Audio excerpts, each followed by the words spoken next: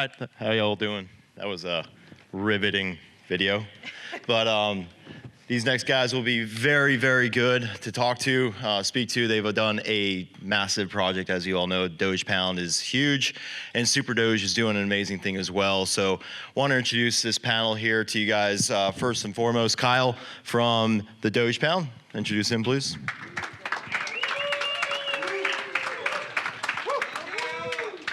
How you doing, bud? Good, man. How are you? And then Alex Rodaroo from Super Doge. Awoo. Rotaro, good to be here. Rotaro, sorry, buddy. So we were just talking a little bit before this, and we all come from very different backgrounds. I'm sure a lot of everyone here is from a lot of different backgrounds as well. Alex is a very interesting story, so I'll let you start with you about where you come from and how you found yourself here in this space. Should I do it in the character voice from the animation? That's your call. No, that's their call. Yes. Yeah? Is that a question? I told him for special fee, I don't light this cigar. I was born in Romania, of Russian extraction. I have a little Russian blood at home in the fridge in a vial. And I made the mistake of going to MIT. And then I made the further mistake of not going to Princeton, and the further mistake of going to University of Southern California. And I made very serious documentaries, very serious. Put you to sleep, even worse than the video you saw before. I won awards for them, but I didn't go because I was sleeping on couch. And then I understood thing about blockchain. Blockchain, fantastic thing. You can get everything for free, be very rich, and spend all the money and still have more, right? Right. And anyway, I will keep the cigar but drop the accent. I was interested in blockchain philosophically long ago.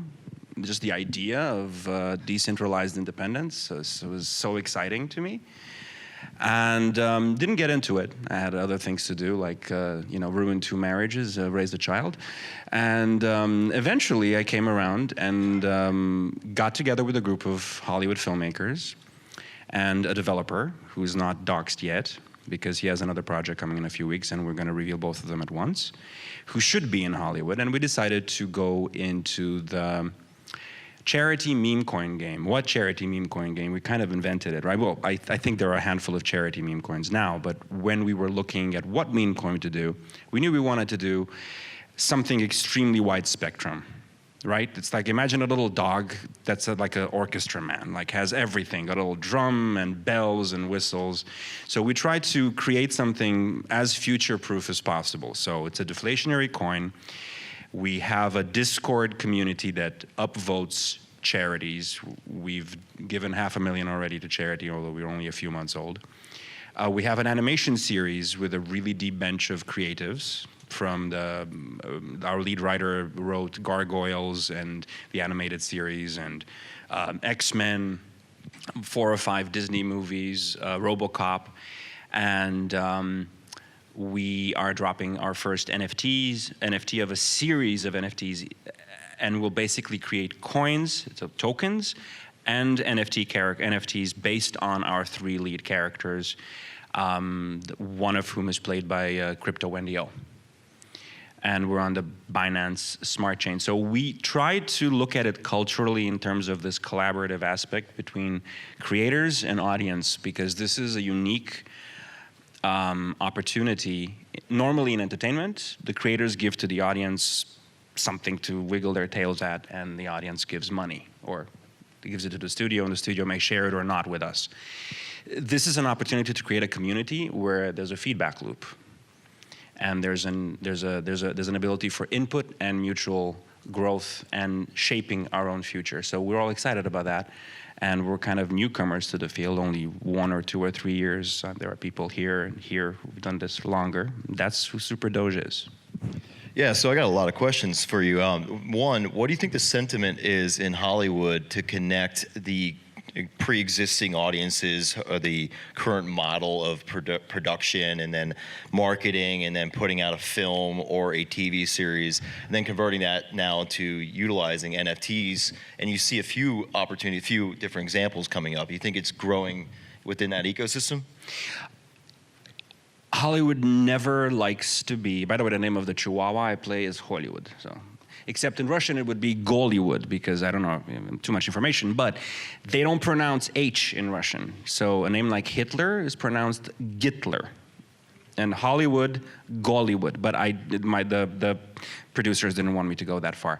Hollywood hates being even seeming for a second like it's out of sync, right? It needs to feel that it's on the cutting edge. So yeah, this is bandied about a lot, the idea of blockchain NFTs. And when you ask them, Bitcoin, I mean, but when you go a little bit deeper, you find that there's not a lot of knowledge, or there's no knowledge at all. But they don't, that's the other thing Hollywood does well. They co-opt, right, the talent. They co-opt the experience. They co-opt the people who are experts. What I think will need to happen for wide adoption, I don't even think conceptually we're there yet. I know that somebody was telling me that Warner Brothers, the studio, was launching an NFT yesterday called Matrix, and they had lots of people in queue. I think they had 12,000 people waiting for something like, I don't know, I forget, 3,000 NFTs. But they weren't on a chain. They were asking for credit cards. Obviously, they want to get in, but they don't get it. They don't understand this is an ecosystem in which payment doesn't come from a credit card unless it's going through a certain cycle, right? So they want to get in, I think. They'll need to get in because they need to seem cool, they need to be progressive. And they will need, however, a big win, a big victory. And what would that be in terms of a movie or series? Financial. Yeah, there needs to be some sort of project, a big movie with, big stars. A lot of people go and pay, download, whatever. I hope we'll have theaters again. I love going in front of a 60-foot screen in a dark room with strangers, because when that happens, you have it's very funny, the emotion kind of cycles at the same time, the same way, even though you don't know these other 300 people in a packed movie theater.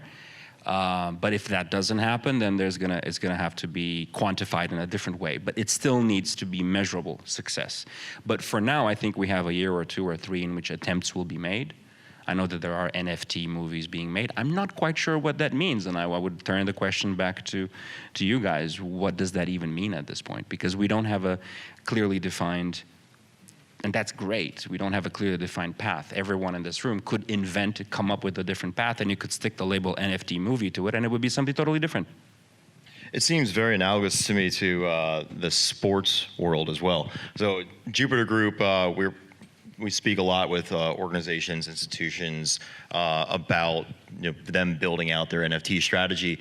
And what he just said about Hollywood, about wanting to launch something and use NFTs to go, is the exact same thing I'm hearing in the sports world. We all know NBA Top Shot did a really good job, but you don't technically own that NFT. Right.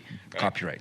Yeah, exactly. NFL is going to get into it. The UFC is already into it. PGA Tour is getting into it. You name it, they're all going to get into it because they all want to see the opportunity that is presented to them, but they have no vehicle in order to get there.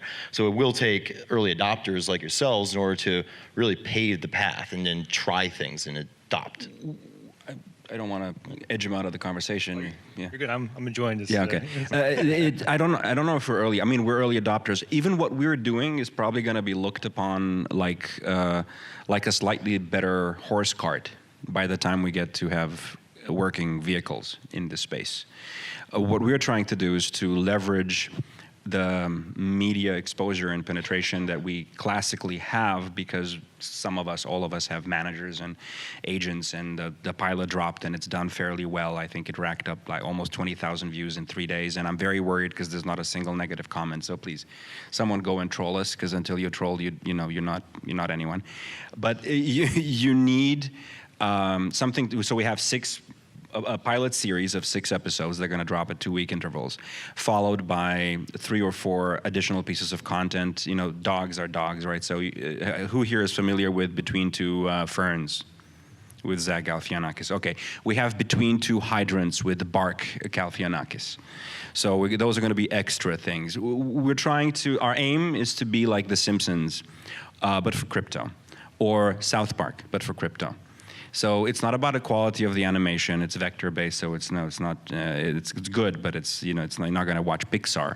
It's about staying current and tapping into and parodying and making fun of what goes on in crypto. And it's really fun because we have characters like Feline Tusk and Killbaits and Mark Zuckerberg and the rest. And we all know their sins and their strengths and what they're doing. And the beauty of it is, since this is a nascent field, no one is spotless, but no one is guilty either. Everyone's trying their best. I mean, I lost a lot of money on that SNL day because I foolishly thought it was going to go up after Elon spoke on SNL, although mathematically I knew I should have just split it, right? And I would have still made money. But the thing is, we all make dumb things because we're trying. We're pioneers in this field. It's never been done before. So we're not as much early adopters because we're conscious of the fact that we need to take the old school model and raise visibility for what's going on here and now. One thing that I heard about that we're talking about doing in Hollywood is, they have a lot of outtakes. Now imagine for the fans of the Twilight series, for instance, and I heard they were looking at that. If you're a fan of that doomed romance between Robert Pattinson and Kristen Stewart, and you could own a 5-minute excerpt that nobody else owns, or 5-second excerpt of an interaction that they had, they were on set, they were filmed, that was never released, that could be an interesting NFT. But that's still utilizing something that's in the past. And I think that's where it has to start. It has to start with the old model. And then we're all going to have to be responsible to invent the new model. And it might have to do with metaverse. It might have to do with gamifying. It might have to do with VR. We don't know yet. And just so to be clear, you don't do the Dogecoin, you do your own coin. You launched that prior to launching everything else? Yes, what happened is there's a reason why I think the Doge space is proliferating, because we have psychologically in the language, it's called the underdog, not the undercat or the underrabbit, or the underhorse. And I think that's part of the appeal. Dogs are seen as friendly but rebellious and unruly, whereas cats are more civilized. So our nemeses are the fat cats, or actually they're fiat cats with an I. And so we were looking at the success, and this is not necessarily of Dogecoin, but it was a few months ago when Shiba Inu and other coins were beginning to pop up, and we realized there was an entire ecosystem and that we could capture the essence of it, and nobody had taken Super Doge. And I'm like, great, that's, the man Superman, woman Superwoman, why not Doge Super Doge? And can you talk me through the process you had to go through with building out your tokenomics? Oh, I'm more of a foo-foo-fa-fa creative, but let me see if I can turn on my MIT brain. Well, the idea was always to do charity. And again, what we're trying to do with this coin is to be future-proof. We're definitely going to fail, but the attempt continues, and because it's code, right, you can probably fix your mistakes. But there will come a point where some new snazzle dongle will appear and we're like, oh, we don't know how to plug into that application, what do we do with that? And then we'll have to fork or do something else. But the idea was, and our founder lives in the Far East, and he saw around him a lot of children poverty and children trafficking, and he said, I want to create a coin. That was the initial impetus that gives to charity anti-slavery for kids in Southeast Asia.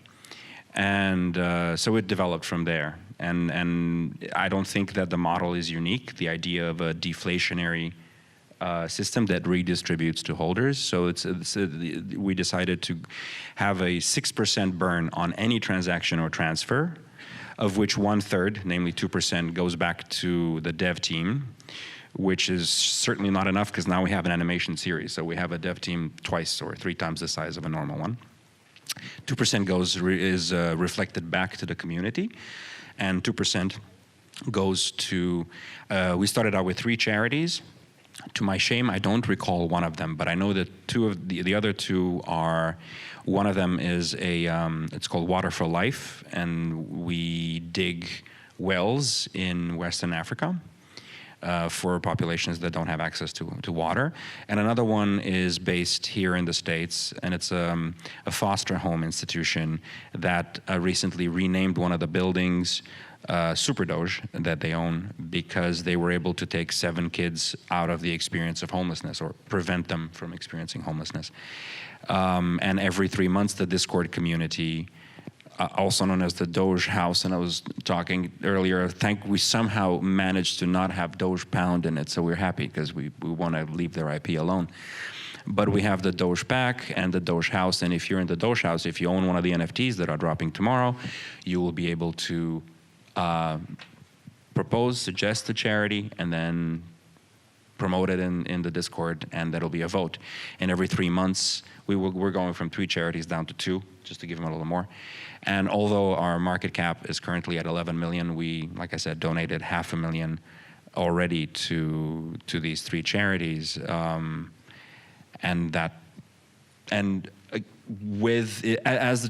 think that the idea of a deflationary token is extremely powerful, and it's going to benefit really everyone. The short-term holders who decide to take profit, it helps them. The long-term holders who get that much more reflected at them, it helps them. And the charities are, they'll be very happy. We have reports that smaller charities in particular cannot do this type of fundraising this fast. They just can't. Is there a vehicle for charities that helps them onboard crypto to be able to? This was interesting. Yes, yeah, I had to deal with some major hospital charities in Los Angeles, trying to explain to them what a MetaMask is, because this is on the Binance Smart Chain, and there's only 2 wallets that hold this particular coin that I can do the transactions, and MetaMask is the best of them, the better of them. And we had to postpone onboarding some charities because either they didn't understand the mechanism of dealing with crypto, and I finally gave up and I said, do you have a 17-year-old niece? Do you have a 14-year-old son? Just bring them. That's what I mean. I asked the charity, the woman. There you go. The woman who was running the charity. I'm like, ma'am, do you have like someone young in your family? Just ask them. Trust me. They'll if they don't know it already, they'll know it in 15 minutes, and they'll be able to teach you. One email from me, and they'll get everything. And there was another major charity, one of the oldest children's charity in Hollywood. And they hadn't thought of having a social media presence because, again, it takes change. And we looked at them and we were like, well, we got to take you another time because you need to, again, hire someone who understands the world we live in and get a social media presence, because we need to be promoting each other on social media in order to grow the whole plant, the whole forest here. But all it takes is a MetaMask. And I guess an accountant who won't faint at the sound of cryptocurrency. But it's, and they're already a 501c3, so they don't even have to worry about the taxes, right? But there is some resistance. However, we're looking for smaller charities, again, because the big charities can still fundraise, the top 5, top 6 in every field. But there are charities, local charities, that are doing amazing work and having a very, very hard time raising funds. And now we can help them get in a month or 2 what they normally would get in a year. Yeah, that's fantastic. So you have the charitable component, you have the operational side of raising capital, be able to support the launch of a new series, animated series, be able to fund it and grow it. I think that's fantastic. And I think that's the defining moment of what this all is, that you can really flip the whole business model on its head and start from a brand new baseline, which is community, and raise capital from scratch to be able to grow what you need to grow. So one last question for you. Why did you choose the Binance Smart Chain? And I have no skin in the game. I'm just curious. I didn't. That was our developer. And I'm glad he did, because I don't know if you've checked the prices on the ETH chain lately. I can't even make a joke about it anymore. Everyone here is just going to groan and reach for the wallet. And I like, we're launching the NFTs on ETH because OpenSea, because adoption, right? I remember there was a great excitement in our small community. We're part of media and tech group in LA when we first heard of the Binance Smart Chain, and we were like looking at transactions and looking at the gas fees and going, And it's fast. It's not as fast now. It's got a little slower now. It's in minutes, but it was in milliseconds in March, April. I think that had to, and it also felt like there was a lot of activity on that chain, and there were a lot of independent, like smaller, indie-minded. It's almost like the equivalent of the indie filmmaking world, which has a certain appeal as opposed to working for a studio, like what ETH seemed at the time. And I think the coders and the developer were getting familiar with it, and they thought this would be a good idea. I'm not even sure. I guess you could have something on the ETH chain that would have the exact same tokenomics, but I couldn't answer that. Maybe not. Maybe there was something specific. Yeah, I'm super interested to see how Super Doge goes in the series. Trust me. I'm looking forward to it. The series, I want to say one thing. It's because it's all about community, right? The series has an interesting aspect to it. We're gonna make fun of every major NFT out there and every community. And by make fun means if you give us permission, we'll make very nice fun of you. If you don't give us permission, we'll make really nasty fun of you. Because guess what? We have something called the First Amendment, and parody is why the First Amendment was written in the first place. Well, I love South Park. So. That's South Park, right? They'll just take the piss out of anything they choose to. But it has to be relevant. The audience will punish you if you're, and now the audience, you guys have so much direct access. Like right now it's on YouTube. On YouTube, the access is immediate. All you got to do is click on the comments, and you can didn't like something, boom, you can just say it. Uh-oh. I see someone approaching. I don't think it's a dog. You got time? We got. You can just ask if there's any. Is your mic working? Yeah, I believe so. Yeah. There we go. Okay. Doge Pound. You guys have been doing an amazing job lately. It's been growing. It's the amount of projects you're bringing on there for your launchpad. Your partnership's been phenomenal. Start from scratch if you can for us, and let us know how you got here and how you built it up Doge. Yeah. So, do we have any Doge Pound holders in the audience? I know we have we got a bunch. All right. Oh. Well, welcome, guys. Doge holders. Cricket. I'm gonna join your stage. Yeah, so as many people know, Doge Pound is it's one of the larger PFP projects on Ethereum right now, one of the larger communities. Right now we're trying to figure out how we can transition from a PFP project really into a sustainable business. I think that's the biggest obstacle that we'll face for now and the rest of 2022 and time to come. Yeah, I don't know, there's a lot we could talk about, so. Yeah, okay, so I think you've done a really good job at how you've partnered not just with the other projects coming forward, but with guys like Alex Becker, with guys like Journey, and how you've formulated that partnership over a long-term process, right? I mean, like, they are not shilling you guys, but they're working with you in the way you all are out there, connecting with your community, but also doing fun things like trying to engage with Elon on a regular basis is really cool. So talk about how that process came about. How did you got connected with those individuals? I mean, some of it was kind of lucky. People like Alex Becker and JNRY Crypto, they were in our project from pretty much the very start of the project. Now we help them in different capacities. We've kind of turned into a little bit of a publishing model and a launchpad. A launchpad is one of the functionalities that our holders get. So JNRY Crypto is one of the projects that was actually on our launchpad, and we helped him develop all of his artwork and his website and get everything ready for him, and Doge Pound holders got early access to that. Alex Becker, similar, we help him with Neo Tokyo. We're helping them with artwork, helping them with different aspects of their project. So we're all kind of intermingled and we help each other to a certain extent. But in the beginning, it was definitely some luck that they happened to love the Doge Pound, and it's just become it's become a great community thanks to many of the people in the audience as well.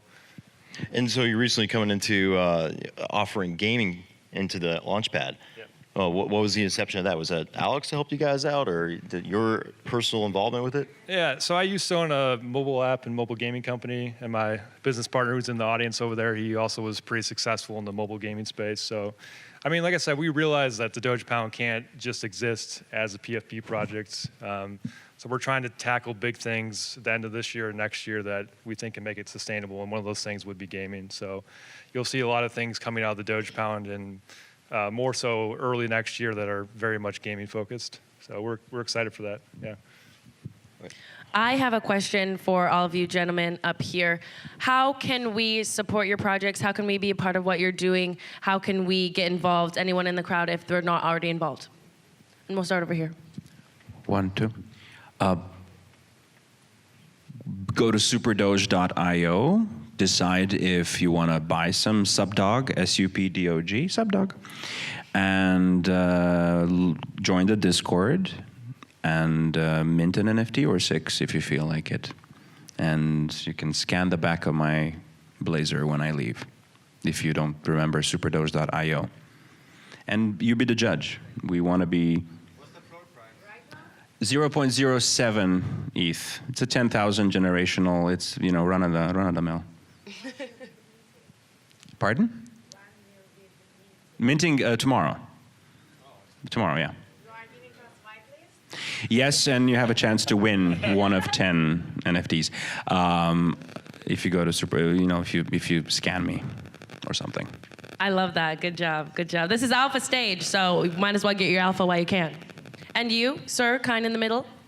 So Jupiter Group partnered up with contemporary artist Brendan Murphy to do the Bungie project. So that already launched, but we have a few other things coming online with that pretty soon. So holders right now will get into a raffle to win 999 prints by Brendan Murphy, as well as a custom-made Bungie Rolex watch, which is very cool looking. And then taking a playbook out of them, we partnered up with another artist called Mr. E. If you go to his Instagram account, MREGFX, he's an insanely good digital graphic artist. He does work for Michael Jordan brand, Sony, FaZe, Rockstar Energy Drink. He's really talented. So we're doing a 10K project with him called Polygoons. That's launching the end of December. So again, just like what he said, join the Discord, jump on the Twitter, interact with the community already there, and get involved with us. Best way to get involved in the Doge Pound, I think the most interactive way to get involved in the community most times is to join the Discord if you really want to be involved in the community. Otherwise, you can follow us on the Doge Pound NFT on Twitter. Yeah, I would recommend getting in Discord. We also realize the price point is quite high for the Doge Pound, so we're going to be working on ways that we can get more people involved. That's definitely a long-term mission for us. And lastly, one word, what does Doge mean to you? You have to go. Yeah, you gotta do it. It's not an option on this stage. What I say goes. Bark. Okay. All right, Doge, we have a big thing in the Doge Pound that everyone does a woo. Okay, look at woo! Oh, look at that. You got your crowd here. All right, everyone give a hand for the panelists of the Doge Pound. Thank you so much.